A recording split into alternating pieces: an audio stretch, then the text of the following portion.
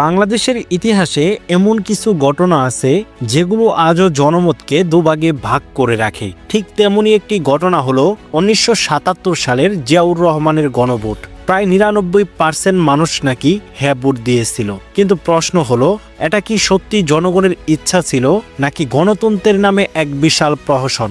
আজকের ভিডিওতে আমরা ঠিক এই বিতর্কিত অধ্যায়টা ঘেঁটে দেখব। কেন এই গণভোট হয়েছিল, কিভাবে হয়েছিল এবং এর ফলাফল নিয়ে এত বিতর্ক কেন তৈরি হয়েছিল। তাই 1977 সালের গণভোট সম্পর্কে ধারণা পেতে আজকের এই ভিডিওটি সম্পূর্ণ দেখুন।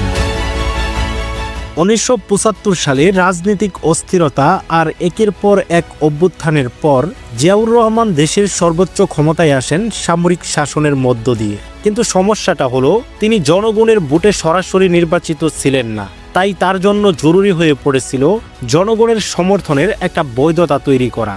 আর ঠিক সেই বৈধতা অর্জনের জন্যই আয়োজন করা হয় 1977 সালের সেই গণভোট। আন্তর্জাতিকভাবে তার সরকারকে বৈধতা দেখানো, দেশের ভিতর তার ক্ষমতা আরও শক্ত করা, সব মিলিয়েই ছিল তার এই রাজনৈতিক কৌশল।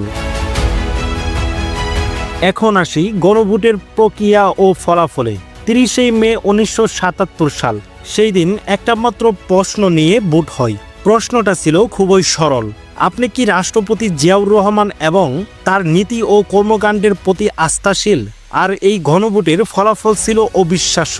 ভোট পড়েছে 88%, তার মধ্যে প্রায় 99% হ্যাঁ। এত বড় সমর্থন শুনতে যতটা ভালো লাগে ততটাই ভারে সন্দেহ, কারণ বিরোধী দলগুলো বলেছিল এটা আসলে কোনো গণভোট নয়, এটা এক প্রকার একতরফা ভোট। আর এখানেই আসে সব থেকে বড় বিতর্ক: দেশের মানুষ সত্যি কি সামরিক শাসকের প্রতি প্রায় শতভাগ আস্থা রেখেছিল? বিরোধী দলগুলো বলছিল কখনোই না। তারা অভিযোগ করেছিল ভোট কেন্দ্র দখল, একাধিকবার ভোট দেওয়া, ফলাফল কারচুপি, প্রশাসনের চাপ, সব মিলিয়ে পুরো ভোটটাই পরিচালিত হয়েছে সম্পূর্ণ নিয়ন্ত্রিত পরিবেশে। মানুষ কি স্বাধীনভাবে ভোট দিতে পেরেছিল নাকি বইয়ের মধ্যে পড়ে ভোট দিতে হয়েছে? এসব প্রশ্ন আজও ইতিহাসে রয়ে গেছে। তখনকার জনগণের প্রতিক্রিয়াও ছিল মিলেমিশে থাকা দুরকমের। কেউ কেউ রাজনৈতিক অস্থিরতা শেষ হবে ভেবে জিয়াউর রহমানকে সমর্থন দিয়েছিলেন, আবার অনেকেই বইয়ের কারণে ভোট দিয়েছে। আর সচেতন রাজনৈতিক মহল তারা পুরো ঘটনাকে গণতন্ত্রের প্রতি এক ধরনের প্রতারণা হিসেবেই দেখেছিল। কিন্তু বিতর্ক যাই হোক, এই গণভোট জিয়াউর রহমানের রাজনৈতিক যাত্রায় এক বিশাল মোড় এনে দেয়। এ ফলাফল দেখিয়ে তিনি পরবর্তীকালে রাজনৈতিক দল গঠন করেন, যা বিএনপি নামে সবার কাছে পরিচিত হয়, আর এগিয়ে যান রাষ্ট্রপতি নির্বাচনের দিকে। সবশেষে বলতে গেলে এটা বাংলাদেশের ইতিহাসে এক নেতিবাচক দৃষ্টান্ত হিসেবে মনে করা হয়, কারণ সামরিক শাসনে বৈধতা দেওয়ার জন্য এভাবে ভোট ব্যবহারের ঘটনাকে গণতন্ত্রকে কলঙ্কিত করেছিল।